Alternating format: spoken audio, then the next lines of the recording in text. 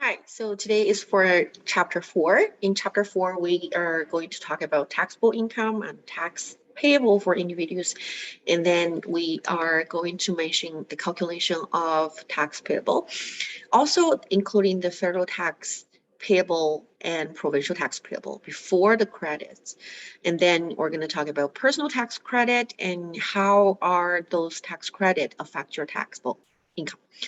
Okay, so for the first part, we are going to take a look at the net income to taxable income. Now, when we take a look at the net income to taxable income, taxable income is net income for tax purpose, less a group of deductions that are specified in Division C of Part 1 of the Income Tax Act.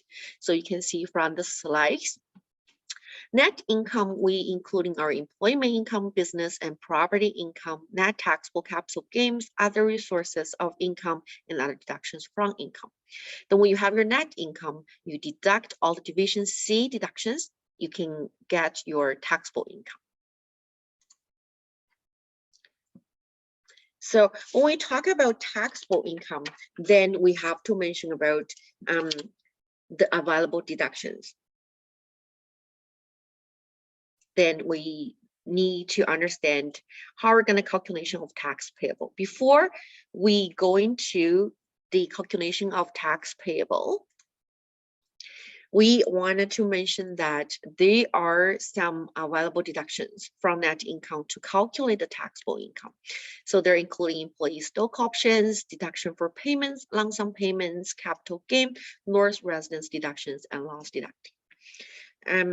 For this part, one of the most important is that there are some deductions is available to reduce taxable income by certain amounts that were included in net income. So people sometimes get confused about this because anyway you're going to deduct it to calculate your tax, why would you include it in the net income calculation, right? So I can give quick examples. See, works compensation payment. Works compensation payment is for injury or work-related injury or death. It has been paid through the government. This is a non-taxable amount. But when you calculate to do your tax return, you must include this workers' compensation amount into your net income calculation, because this amount may affect the tax credit and payment calculation when you do your taxes.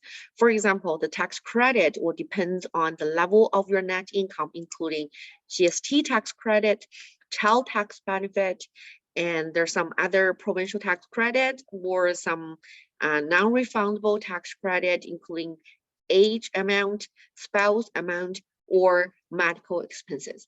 So all those credit and payment closely related to the level of your net income. So that's why we have to include it, even though those amount is non-taxable income, but we still need to include it into the calculation of your net income because it's closely related to the calculation of your tax credit and payment.